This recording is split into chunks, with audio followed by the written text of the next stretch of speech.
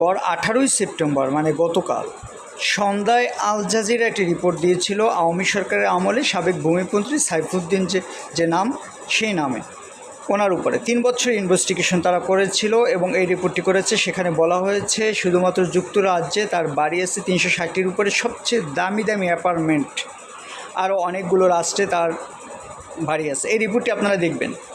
এই রিপোর্টটি যারা দেখেছেন তারা দেখার পরে আসলে তাদের চিন্তা পাল্টে যাবে যে আসলে একটা মন্ত্রীর এই অবস্থা। ঠিক এই রিপোর্টটি যে রাতে বের হয়েছে সেই রাতেই ঢাকা ইউনিভার্সিটিতে চোর সন্দেহে একটি মানুষকে মারা হয়েছে। কারা মেরেছে তার ছবি আছে, ছবিগুলো আপনি দেখুন, খোঁজ নিন, পাবেন তাদের পরিচয়।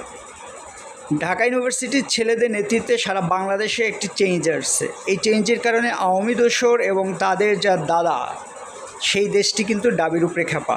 দেশবাসীর ভিতরে এবং ডাবির শত্রুতার জন্য, ডাবিকে ভিলেন করার